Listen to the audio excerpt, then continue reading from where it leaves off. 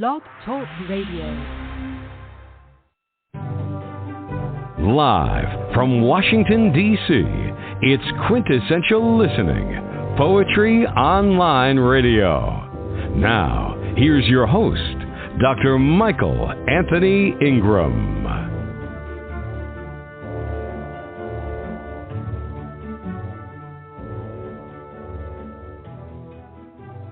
Good evening, everyone. Welcome to the program.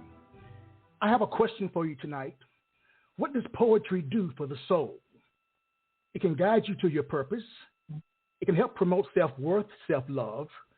It can give you pleasure and happiness. It can help you express yourself. It can connect you with others, and it can help you see the big picture. The big picture includes those things that are beyond human understanding.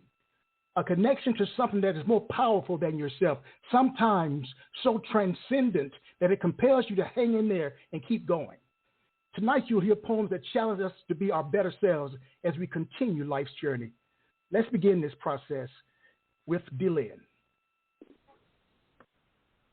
Hello, everyone. Yes, tonight what I'm going to be sharing with you, this poem is called You Know Me. And this poem was actually written based off of Psalms 139:15. So the verse itself, Psalms 139:15, which is my frame was not hidden from you when I was made in secret. So the poem is titled You Know Me. From my bold vocal cords, speaking your word of truth to the young and old, you know me. From the formation of my being, the thought you had of me in my mother's womb, you know me. From the passion that boils inside, desiring the best from you and excellence in action, you know me. From the pricks and pains that resonate from annoyances of others who speak against you, you know me. From the silent tears cried at night, when understanding is desired but clarity is withheld for the moment, you know me. From the impatience and eagerness to move forward and upward, yet having to wait until you move, you know me. From the curves of my body, the details of my beauty inside and out, every aspect unique and being perfected, you know me. From the marks of mistakes of rebellion and selfishness of life, only seeing why after my fall, you know me. Plan you created for my life and that you will accomplish through me, you know me. From the moment I lived, the breath of life you gave, when unlatched purpose took its home, you know me. That's the poem, You Know Me. Tell us more about You Know Me, DeeLynn. What was the genesis of it? Yes, so this was actually a lot of people, we hear a lot of times in church or in different places, Psalms 139:14, which is, I am fearfully and wonderfully made. Marvelous are your works. But we stop there. We don't go to that next verse, which was, as I said in the beginning, my frame was not hidden from you when I was made in secret. So what it's dealing with is that when I was created, when we were all created, God knew us from the beginning when we were actually created. And so as I wrote this, it's literally me looking back on everything, the talents, God has given me, the abilities, the thought patterns, all the way to like my physical characteristics, the different things that God put into each of us uniquely and differently. It's dealing with the fact that at the end of the day, God knows us no matter what, no matter if we try to put on a face, if we try to hide, if we try to conceal, at the end of the day, God knows us inside and out. So that is how poem came to be. All right, very nice. Comments from your fellow colleagues there. Any thoughts? I thought it was powerful. Why did you think it was powerful, Aaron? Well, it's just the essence of it and the energy of the delivery. As a reader, it lets me know that the writer really believes in what she was speaking. All right, very nice. Other thoughts?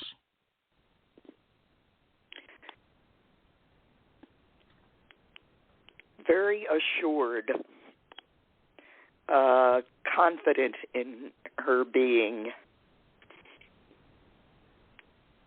And that's a rarity.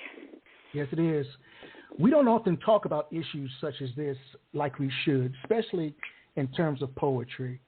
Sometimes poems about spiritual things are relegated to the margins, and that's not always a good thing. It's important to speak your truth in this area as well, I believe. So that's why tonight, to me, is a very important night, that we can just speak our truths in terms of what we believe about this world, about people, about our own way of being in this world as we construct our own world. So, and have a world constructed for us in many instances. All right. Brian, you're next, my friend. All right. Well, thank you. Again, it's an absolute honor to be on the show. I was thinking in terms of having compassion and empathy for others. So I would like to share a piece called The Park Dwellers. The Park Dwellers. We stroll past them quickly, the inhabitants of the park, with our nostrils held high, practicing a daily routine. And if we give a blessing, an extended hand for the exchange of pocket change, we never look into their eyes, because we fear we might discover that we are kindred, human, because we fear hunger, to be the ones looking into restaurant windows but never dining. See, they remind us of our vulnerability. They open the windows of our souls, the mirrors where images never change, but we say that their life is somehow deserved, to disassociate ourselves, knowing fully well that we are only one paycheck away from this fate. A twinkle of hope still resides in the eyes of the children here. Their smiles bless pastors who parade in a hastened pace. In this atmosphere, there is no haven of safety from the elements. They deserve warm coats and meals prepared by loving hands. They deserve to have coats zipped up in winters by loving hands, to be tucked in bed sheets by loving hands. The old ones still dream of warm seasons past, memories of a kitchen with a large wooden fork and spoon hanging high on faux wood panel walls and checkered floors. They recall the garden tomatoes, potatoes, and collard greens. But with a stroke of bad luck, a bad choice, and addiction, they find themselves in a city of tents where crock pots are replaced by waste bins. Together, they are the phantoms of twilight disappearing into alleys, the seen yet unseen passengers traveling under moons and suns in a walking purgatory, praying for rebirth and rejuvenation and waiting for us to show compassion and mercy. And until then, they dwell, sit on benches and tell their tales, and on beds of concrete or cardboard, dream in peace. That was beautiful, Brian. Yeah. Thank you. Thoughts from your colleagues? Yeah, that was great, Brian. I like that a lot. You know, just the way you had with words to just kind of paint the picture, almost like I could just, you know, see the stuff you were talking about. Right. Thank you. Absolutely. And from an emotional standpoint, just knowing I can see both sides of that. On the one hand, we're holding our heads up high, and yet we know one small change could put us in the same position as the so-called less fortunate. So it's a beautiful poem. Thank you. Yes, it's an important realization to know that you're right, Jackie, that one small thing could knock you off could just knock you out. Could just knock you out. Yes, absolutely. All right, yes, all right. I echo what was shared. That was very beautiful, Brian. And what I love about it is that it really speaks to the fact that you never know someone's story. And even if we don't get knocked off, to recognize that others may be going through something. But you definitely can see, I can picture everything, all the details, the parks, those who may be on the streets, different things like that we see every single day. Very relatable. Very nice. Thank you. Very nice. Jackie, it's your turn. All right. Pardon me, I have to clear my throat a little here. This is a new poem, and oddly, it is a new iteration of a poem that I seem to write over and over again. This one is called A Child of God I Am. Seeking the great from earliest memory of Scripture, taught by a Methodist mother and a lapsed Catholic father, I know that God and I are one.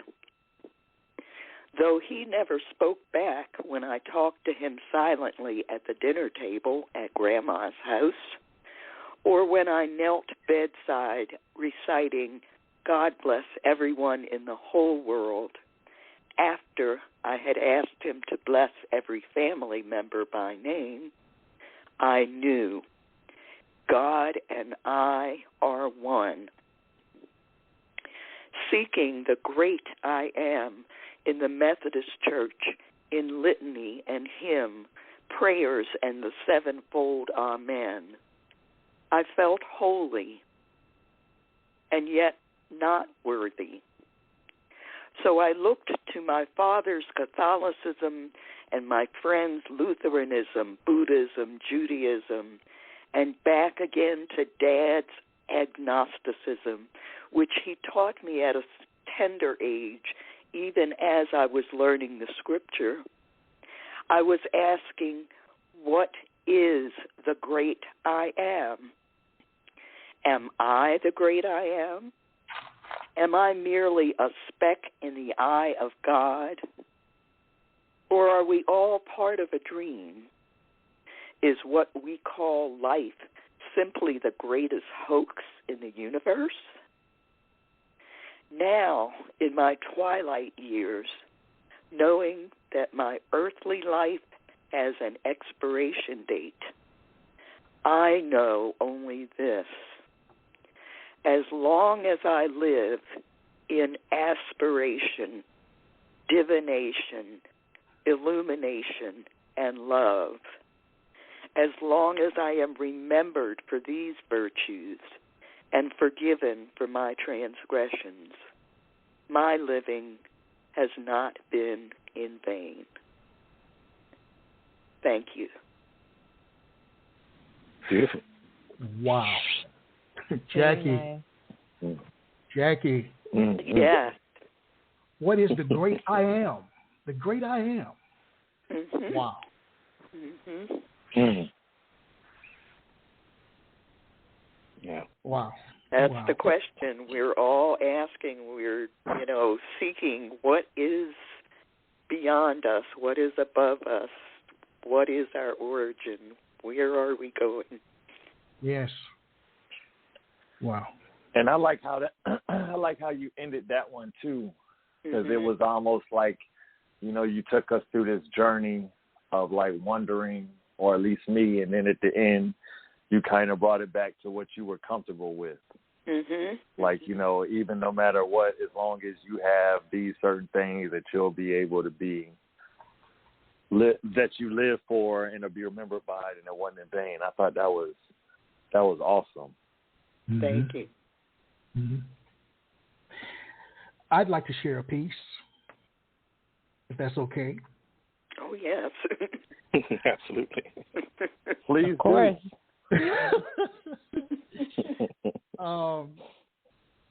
Poems are, many of them, designed to inspire, to keep us going. So here's a piece titled The Potentiality of Tomorrow. The potentiality of tomorrow wakes me, shakes me, quakes me, fools me, rules me, cools me, dazes me, phases me, amazes me, holds me, molds me, enfolds me, fills me, thrills me, chills me, teaches me, repleases me, releases me, amuses me, deludes me, confuses me, sustains me, contains me, maintains me, mystifies me, petrifies me, electrifies me, yet saves me from the hardcore reality I call today. Wow. Oh, man. Go on. Yes. Encore. I felt that, heard that, and everything. It's about potential. I mean, it's so easy to want to give up, good people. Yes. Mm-hmm. I wanted to ask you where that came. I was going to pull one of your moves, Michael, and tell us what inspired that piece. Well, I wrote this particular piece 25 years ago. All my poems are 25 years old. But and when I traveled the country in a one-man show, I'd always recite that piece with Aretha Franklin's Bridge Over Troubled Waters. It's a beautiful marriage between poetry and music, I think, anyway. But I guess at that particular point in my life, I was too wondering and questioning what's next. You know, I was a professor at a university at that particular time before I retired, and I was catching hell and not knowing what I was going to do. But I knew that I had to hold on, that there had to be something coming in the morning that would keep me going. So that's why I wrote that. All right. Yeah. That was deep. I like that one. All right. Mm-hmm. Yes. Aaron R. the Poet, you're on. All right. One of the topics I guess I kind of wanted to delve into for this next piece, which I've done before, which is going to be called Darkest Day, Loneliest Night, is I think sometimes when we're going through things, we have a tendency to try to keep it to ourselves and what we went through. And I think for those of us who are real faith-based and religious-based, I know that, you know, our faith and prayers and religion is a lot that we lean on. And so this particular piece was something when I was going through some sickness and the doctors didn't really know what was going on. And it was just one of those moments where I just found myself kind of alone with my thoughts and God. And so this is this piece. On my darkest day, on my loneliest night, on my knees I pray that I'll be all right. Is it the end of day? Will I ever get to see light? Praying to hear God say, my son, you'll be all right. I'm not worried about girls. I'm not worried about having fun. I just want to have a healthy day because so far I've had none. The things I thought that mattered, all like a mirror, they've shattered. I feel like I'm just stuck, dealing with all this bad luck. I've had thoughts about giving up. I've had thoughts about giving in, feeling like I'm going to lose, even though I know I can win. If I can just stay strong, there's light ahead in this tunnel. All I got to do is just hold on. Yeah, and just stay strong. On my darkest day, on my loneliest night, on my knees I pray that I'll be all right. Is it the end of day? Will I ever get to see light? Praying to hear God say, my son, you'll be all right. I'm not worried about wealth. I'm just worried about health. Those material wishes can all get stuck on the shelf. I'm just worried about self. I'm not worried about nobody else. This is a pain I've never felt, the hand that I've been dealt. But it's a reason to it. I got to find a silver lining. It's a season to it.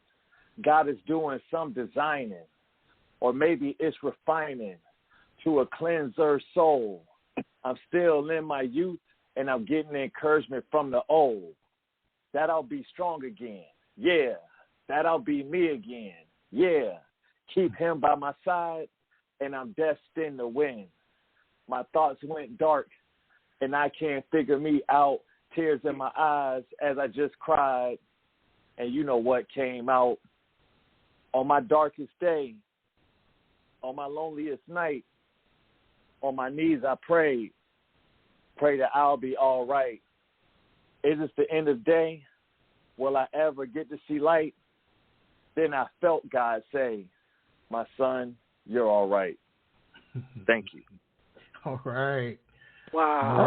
Okay. That was perfect. Yeah. Wonderful. Appreciate it. Yeah, that really was. That really was nice. That really was nice. Yeah. I like the vulnerability of the piece. I want to get first shot at that one. I really like the vulnerability of the piece, and that's a piece that's like timeless, to me. Mm-hmm. I really enjoy hearing that. Yes, Yeah, it spoke to the appreciate it. truth. It spoke to what really matters. When you really sit down in life and look at things like what really matters. I love that. That was awesome, Aaron. Yes. All right, Aaron. Thank you. Aaron, all the poet. All right. This is a call-in show, and we have a caller that I'd like to bring in. The call-in number is 646-787-1631. I'd like to bring this person on, so hopefully they'll share with us, and if not, they're here to listen.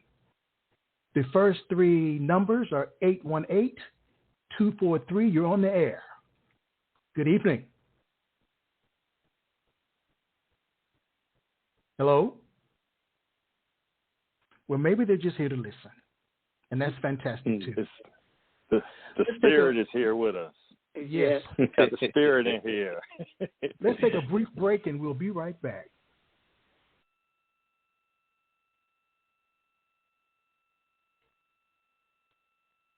We're going to take a break here in a minute, and we'll be right back. All right. Here we go, good people.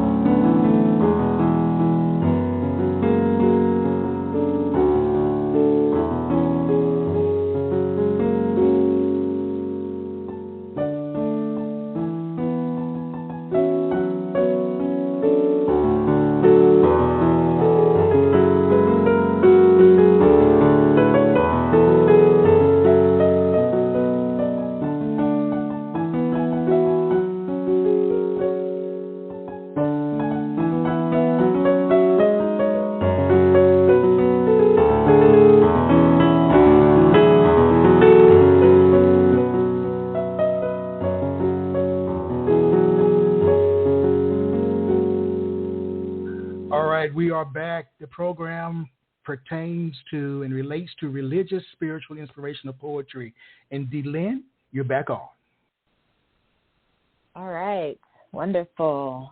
Okay. So the next one I have for you all, I think I'm going to do after. A couple of you may have heard this before, but I'll tell you a little bit more after I do it. But titled After. And I wrote this about 2 years ago. Here we go.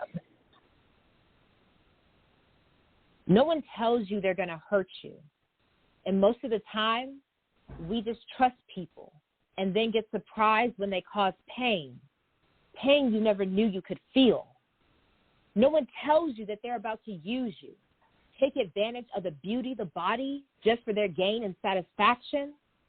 No one tells you I'm going to abuse you physically or worse, mentally, impressing their ideology in your mind, then getting mad when your being rejects it because it's not yours. No one tells you tonight we're having sex to only learn later you wouldn't get a choice. Overthrown, ignored, voice silent. No one tells you how the nakedness felt when you want to peel the very skin off your body and wash it so you feel clean. No one tells you that even after the act, that guilt, shame, depression, suicide would follow. Self-doubt becomes a mastered skill, crying in silence between pillows and during hot showers. No one tells you look in pain, that they can see the agony. Most masks are beautiful, used to shield dark emotions. No one tells you that when you chose to stop life, that the person you thought cared would never miss a beat and never speak an apology to you. No one tells you that only God could heal, that alcohol, porn just pacify. Even they aren't good enough, so you just hold it inside as it consumes you. No one tells you that you're wearing a cover-up. They only label it as you, your personality, your boldness, your strength, never thinking she's broken. If there's one thing to tell you, I tell you, sister, daughter, friend, brother, son, beloved, God heals. He delivers, he breaks chains, he frees, he ends curses, he restores, he loves. I tell you, there is hope, hope unending, hope unmatched, hope unconditional. I tell you that even your darkest day is bright in his eyes. He knows you will rise from this, from your pain, hurt, suffering, and torment. I tell you that your story will spearhead you into the place God needed you all along. I tell you that gladness appears after thousands of tears shed when hopelessness is your cry. I tell you the strength to hold on is no accident and without purpose. Suicidal thoughts believe they are home, but the death and resurrection of Jesus Christ destroys their reservation. I tell you that peace is not a delusion or inconceivable freedom. It's your blessing, the very intent God wants to pour on you. I tell you that love is God. Love is the all-encompassing face, voice, and action of God. His love is the answer to soothe hatred and bitterness, strengthening you unlike anything else. I tell you that healing is possible, that in the moment you lay across the floor, drowning in tears, feeling the weight of every attack, action, choice, and consequence, and the only response required is to ask God and accept him, I tell you that in the after, your healing begins. Wow. And that's after. DeeLynn. Oh, wow. Yeah. Speechless. I remember Absolutely speechless. Remember it, Yeah. Stick to your ribs, piece. DeeLynn. That's what it is. Yes, sir. Please tell us about your new book.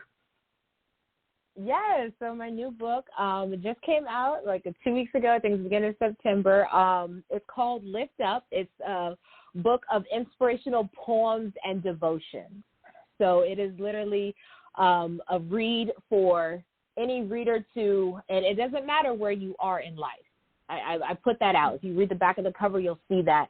But it really speaks to those who just need that encouragement, who needs that lift up. So even if it's something where, right now in your life, you might be dealing with depression or something, you need that lift up, check it out. Find the book. Right. Even if everything is going well in life, but let's say you have a bad day or an off day, you just need a little pick-me-up, pick it up, right? But that was the intended purpose behind it, just a book of encouragement to others. All right, beautiful. Thank you. DeeLynn will be a guest on this show on October 27th, so everyone that's listening in the audience, please tune in. Let's try a little different order this time. I think we're going to try with these callers again. So hold on, everyone. See if we can bring someone in. Area code 818-243, you're on the air. All right. Still trying to connect with him. Here's another caller. Area code 434. The first three numbers are 334. You're on the air. Good evening. Good evening, everyone. Hello. Hello. Good evening. Would you like to share a poem? Good evening, everyone. Yes, I would like to share a poem tonight. Please do. Okay. I'm LaToya Whipple. Hello, LaToya. Hey. Good evening, everyone. To the distinguished guest to the distinguished host and co-hostess. I would also like to thank DeeLynn for inviting me to call in tonight. I'm LaToya Whipple, and if I may, I would like to share a brief background on the piece. Please do so. Okay.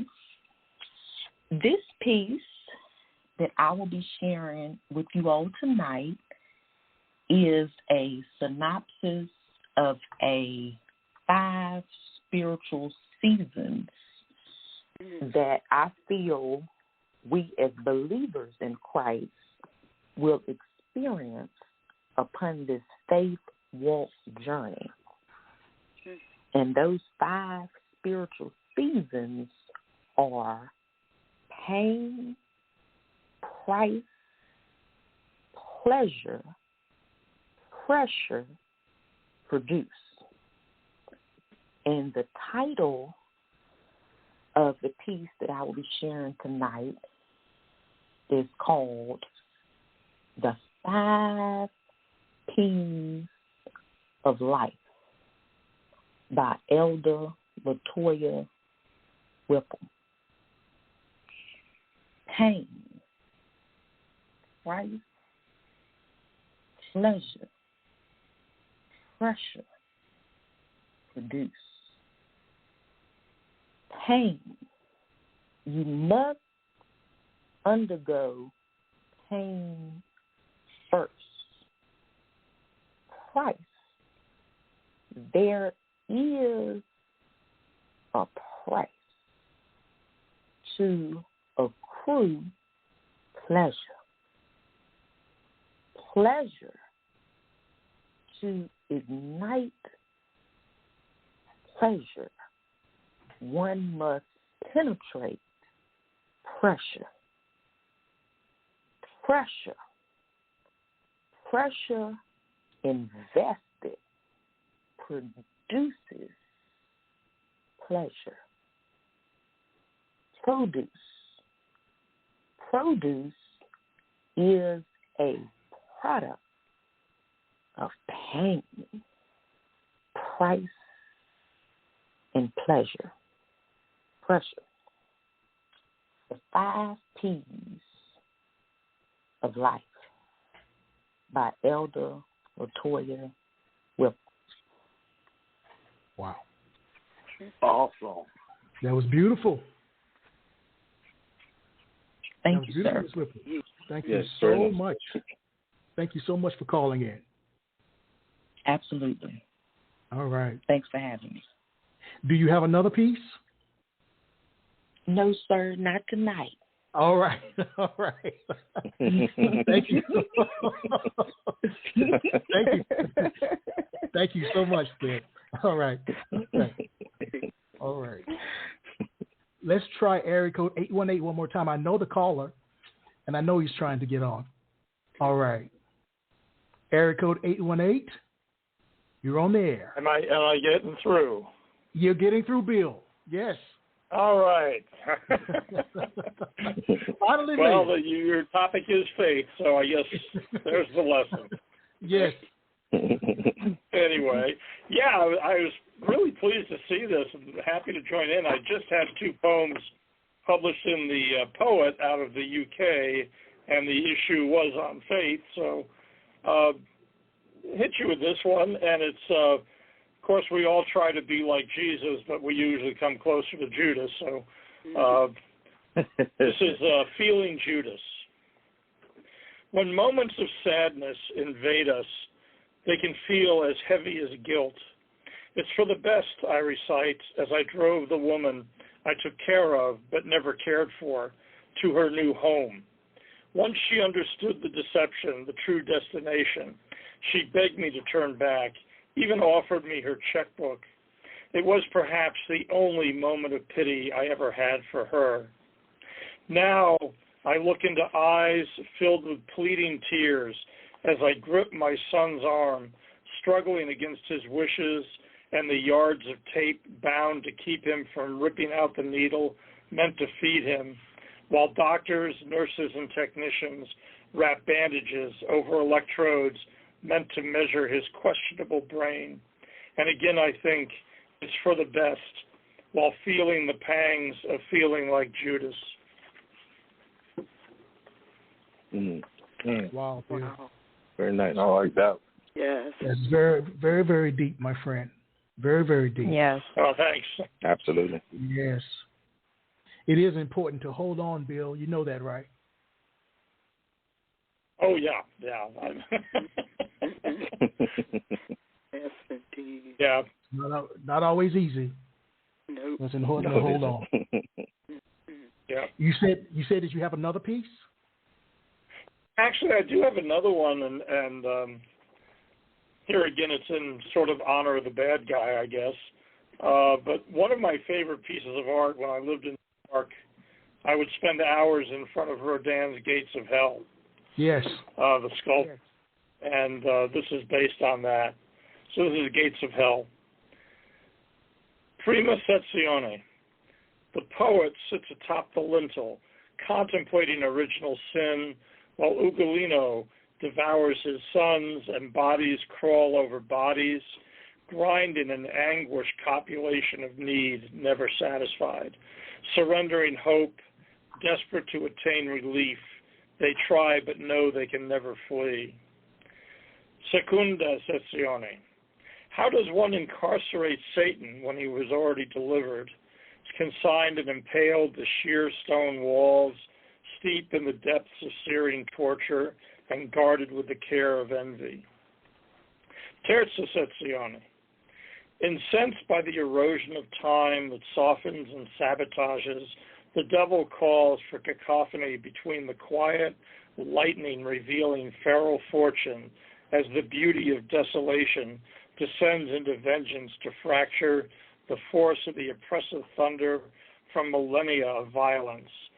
Jealousy transforms rapture into innate bitterness, while the devil, a species apart, stained by hostile mirth, poison and torments those from earth. Quattro sezione. Because truth can be so easily misplaced, like extinguishing a teardrop of flame on a candle between a thumb and forefinger, one never dares to lie when confronting the great deceiver. So that's that one. You said that truth can be easily misplaced. It's a powerful line. Yes, it is. Yes. Yes. Very visual piece. Thank you. All right. Well, of course, it's based on the Yes. a very arresting visual sight. Yes. All right. Well, thank you, my friend. Well, thanks Thank you so much. Yeah. Thank you. All right. I'm glad you're able to make it take on. care. All right. All right, Brian, you're up next, my friend. All right. Well, Michael, as you know, let's discuss on a previous show. You know, when my father died, that started my poetry voyage at, and what was it, 6 years old, and I studied every religion or religious theory, you know, that there was. During my time in Islam, this piece was written, and the piece is called Hijab. The henna is applied to look like ornate lace.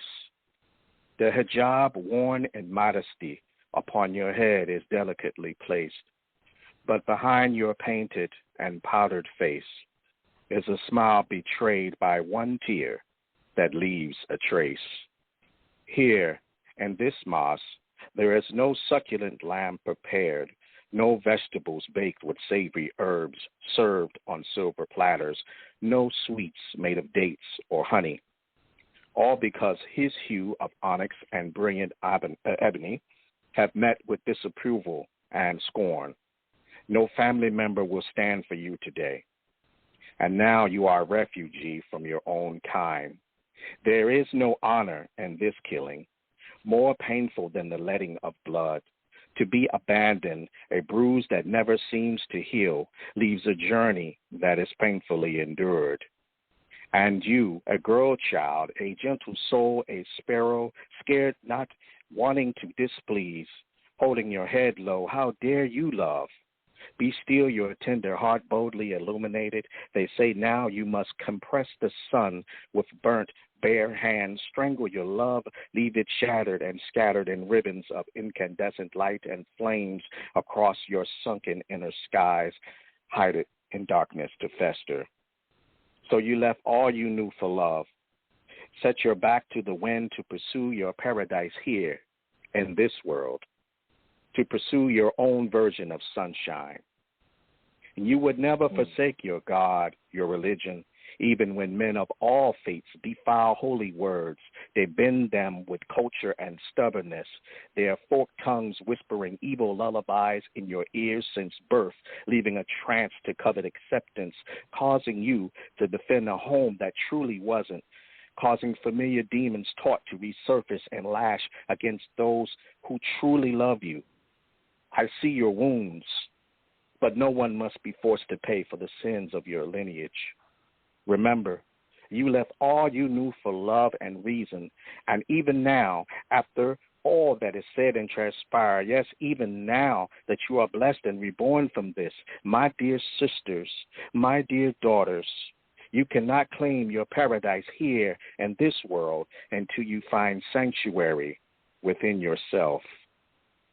The henna is applied to look like ornate lace. The hijab, worn in modesty, upon your head delicately placed. But behind your painted and powdered face is a smile betrayed by one tear that leaves a trace. In peace. Thank you. Wow. Okay. Yeah, Brian. Oh, Brian, you're so eloquent, my friend. Yes. Oh, thank you. Thank you. That was perfect. The hijab. Yeah. All right. Your job. All right. I like that. All right. Hijab is headdress, for those who aren't familiar with Islam. Yes. Beautiful. Beautiful piece of work. It is. Beautiful Thank you. piece of work. All right. Jackie, you're on. All right. This poem is one that I actually wrote for a poetry Shabbat in 2019. I have been working with a synagogue in Baltimore in our community organization, and it has just been an extraordinary experience spiritually and in terms of just getting to know other people of other faiths. So this poem, and by the way, I have been invited 3 years in a row to read at the synagogue's Poetry Shabbat. The next one is coming up this coming Saturday. Congratulations. So this poem is called Coming Home. You welcomed me as a stranger, took me by the hand, showed me the lay of the land, told me there was no danger, and gave me shelter. You listened to my stories, then shared your glories, your trials and tribulations as wanderers without a nation. We are all strangers in a strange land, you said. Come sit with us. Break bread with us, you said. Share our blessings, and together we shall find rest. We have worshiped together, prayed together, praised together. We have laughed and cried, celebrated and mourned, debated and learned, stood our ground together. You welcomed me as a stranger and gave me a space to come home to. Thank you. Jackie, that was perfect. That was perfect. Beautiful. Tell us about a Poetry Shabbat. Well, basically, it is part of a segment of a service in a synagogue, and it was actually in this particular congregation was begun a number of years ago. It has generally taken place either during or close to the high holy days of Rosh Hashanah and Yom Kippur. And there is a poet, Charles Rammelkamp, whom some of you may be familiar with, and as it turns out, he is a published poet. He resides in Baltimore, and we first met at the synagogue, and then I discovered that he is a poet. So he has organized these particular parts of the service and invites as many as 10 to 15 poets from the congregation and beyond to read poems on whatever the theme of the service is. And that year, in 2019, the congregation was returning to the synagogue after having it revamped and rebuilt. So it was just a wonderful celebration. This year's theme is renewal, and the future is now. So the themes vary depending on the year. Oh, wow. Very nice. Thank you. Thank you very much. I'd like to share a piece, and the piece is titled, God Hug Me Today. God hugged me today. I did not ask him to do it, yet he did it anyway. He held me in the warmth of his arms, and during that instant, the world changed. My heart opened up to receive the magnitude of his blessings, and at that moment I knew all was right, all was good, all was God. God talked to me today. I did not ask him to do it, yet he did it anyway. He opened his mouth, and during that instant, the conditions in which I lived changed. His soothing words calmed the troubled waters of my weary, weary soul, and at that moment I knew all was right, all was good, all was God. God walked with me today. I did not ask him to do it, yet he did it anyway. He took my hand, and during that instant, the ground beneath me changed. The rough stones of despair that had cut and bruised my feet throughout my lifetime turned into billowy clouds of hope, of dreams, of peace. And at that moment, I knew all was right, all was good, all was God. God cried with me today. I did not ask him to do it, yet he did it anyway. He knelt down beside me, and during that instant, the air I breathed changed. As each precious teardrop touched my body, I was healed of all pain and all sadness. And at that moment, I knew all was right, all was good, all was God. God loved me today. I did not ask him to do it, yet he did it anyway. And during that instant, my life changed. He had allowed his only begotten son, Jesus, to die for my sins, and I realized that his love for me was greater than any love I would ever know. And at that moment, I knew all was right, all was good, all was God. Thank you. Hey. That was I good. love that. That was God. That poem was right on time. It was good. It was God. Hey, I love you, brother. That was beautiful, man. Thank you for sharing that. The memorable one. I need to laugh. I remember y'all. what you said. I remember what you said about muting the phone. So I had to make sure I muted the phone while I was chanting with you.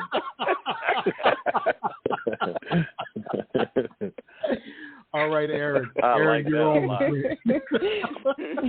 You're on, Aaron. Aaron, you're on now. It's your turn. I thought we were gonna close with that one.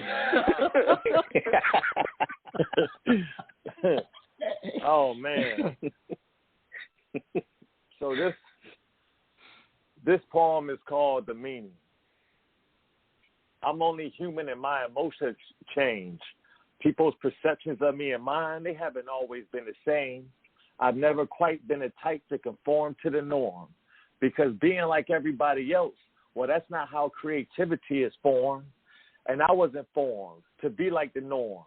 And out of that shell, my reality was born. that I have words to give, and I definitely believe that you also have just as good as a gift as me. And two is better than one, so imagine what we could be. Collectively, the more the better, respectively.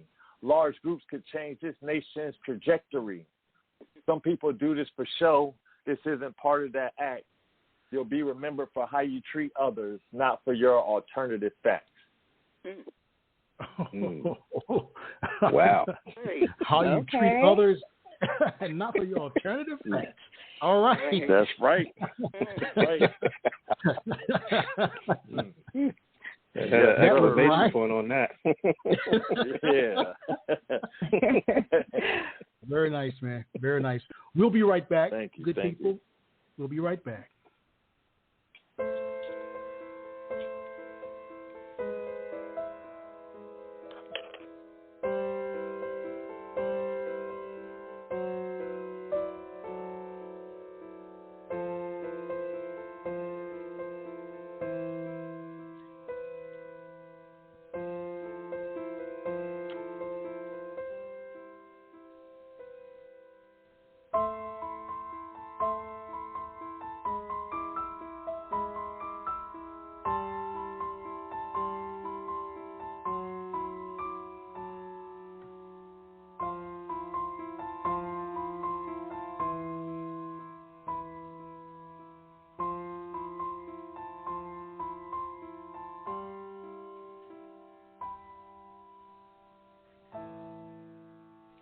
We are back.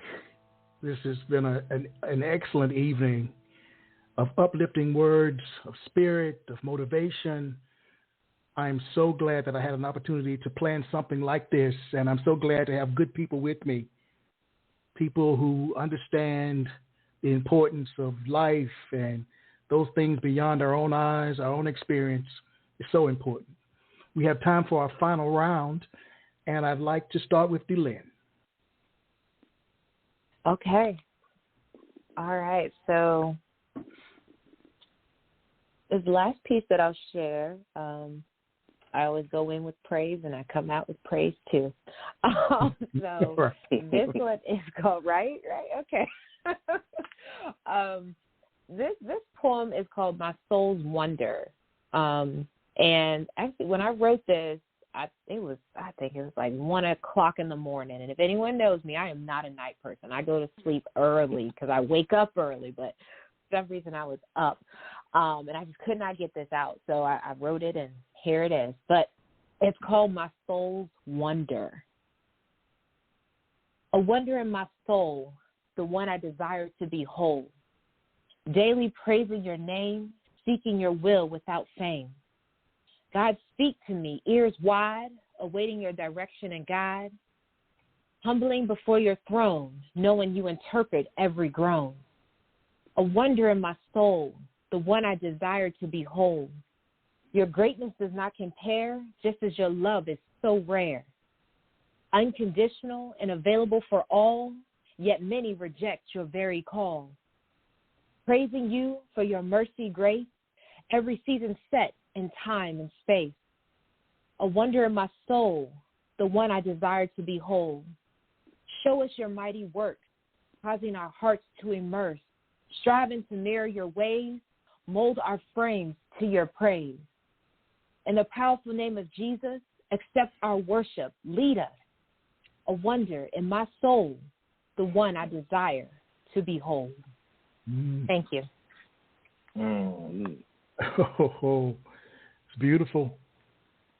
Yes. Thank you. Yes. So powerful. Yes. All right, Brian, you're up, my friend. Oh, okay. In the interest of time, I selected a short piece. As I said, I've studied about every religion there is. This one just happens to have a Christian background. And the title of the piece is Sister Patterson. And I know that we all know Sister Patterson, so I will get right into that piece. All right, now. Sister Patterson clutches her Bible and turns the well-worn pages slowly. After prayer and dressed in her housecoat, she scrambles eggs, and has coffee or tea. Willie Jr. done left a message begging for money to squander. She about to give up on that boy, ain't nothing more she could do. She arrives at church early to greet the pastor and first lady. The young ones know not to play when she teaching Sunday school. And she makes a mean potato salad and lemon cake for the after-service meal. Her funds have always been tight, but she pay her church dues faithfully. She fuss at me and say, I'd be a reverend if I wasn't looking out windows daydreaming. Now, I always respected Sister Patterson. She was strict, but she was a good woman.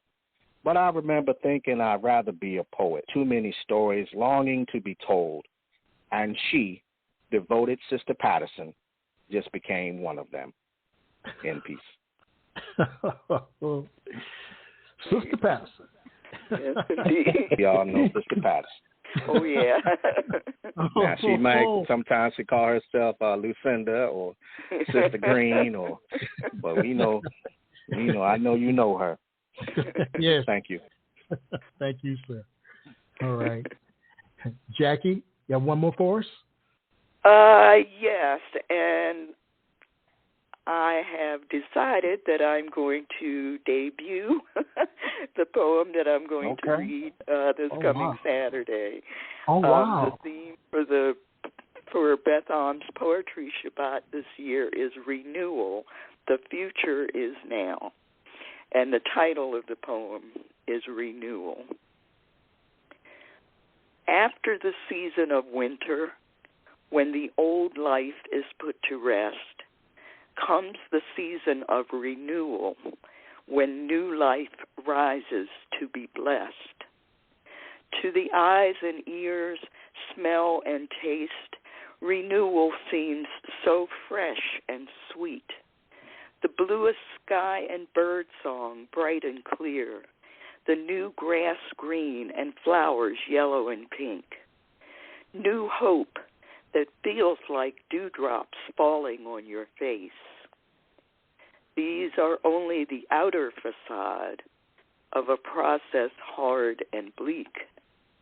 The new grass and flowers had to push their way up from soil dark and moist, through roots formed in tangles, clinging tight below the surface.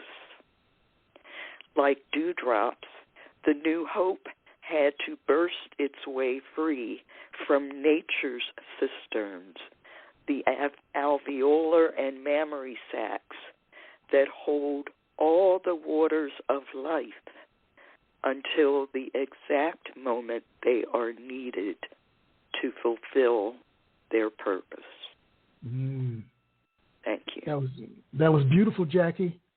Thank you. Exquisite poem. Exquisite poem, Jackie. Thank you so much. They're going to love to hear that at the Shabbat. I know they will. Yes, they are. I hope. Okay. Here's my last one. And the title is In the Midst of God's Unconquerable Light. In the midst of God's unconquerable light, I can taste what I taste. When I taste what I taste, and I don't worry about what I taste being too bitter, because God said, oh, taste and see that God is good.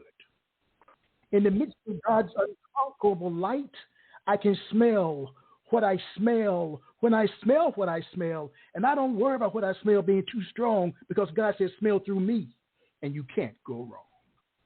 In the midst of God's unconquerable light, I can touch what I touch. When I touch what I touch, and I don't worry about what I touch falling from my grip, because God said, hold on, and I won't let it slip. In the midst of God's unconquerable light, I can hear what I hear when I hear what I hear, and I don't worry about what I hear, because God said, he that has an ear, let him hear.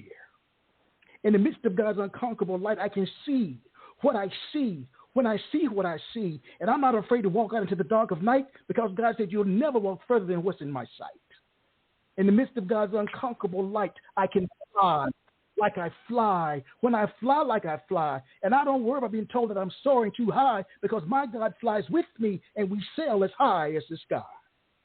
In the midst of God's unconquerable light, I can stand where I stand, when I stand where I stand, and I don't worry about my back being too erect, because God says, stand tall, you're a man, don't you ever forget. Of God's unconquerable light, I can go where I go, when I go where I go, and I don't worry about what's going to happen when I get there, because my God welcomes me and pulls out my chair.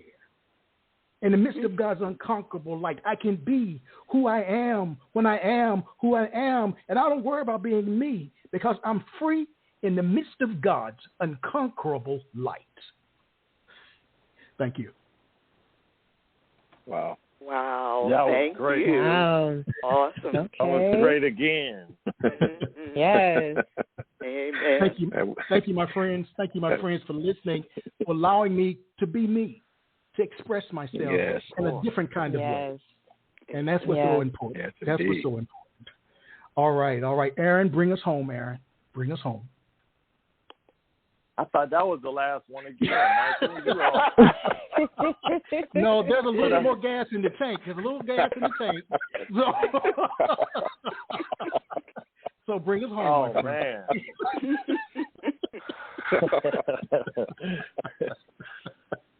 All right. So I guess this last one is going to be this life I lead.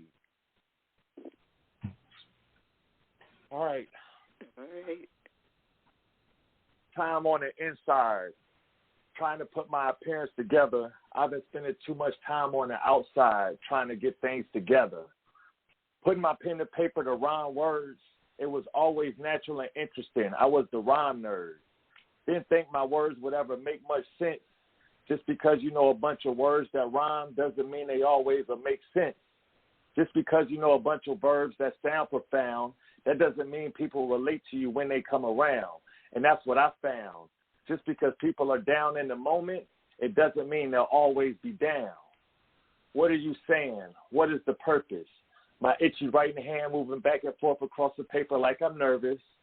It's some people comfortable in chaos. They fuss on purpose. Learn to stand up for yourself more. Don't let people think that you're worth less. It's funny how if you aren't staying, they consider you worth less. Food for thought. Funny how if you aren't paying, they'll leave you deserted. It's interesting how things over a time span eventually pan out. Like you can give 9 times out of 10, but that one time you don't, expect people to hold their hands out. People are in awe without understanding the meaning. Yeah, it all sounds good, but what's the point if you don't understand the meaning? Coincidences don't exist. There's a reason people are listening right now and we're speaking. But it's up to each one of us to understand. Oh, wow. Thank you.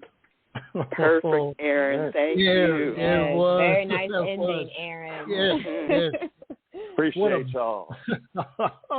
What a better note to end on. What a better note than that to end on. I want to thank all of you. I want to thank Aaron, the poet. I want to thank DeeLynn. I want to thank Brian Donald James. I want to thank Jackie Oldham and our guests, the callers, and to the people out there listening. Keep living, good people. Keep relishing those things that are important to you. That is so critical. So with that note, I say good night, and as I share every week, let poetry ring. Goodbye, everybody. Hey, good evening. Good night. Peace. Bye.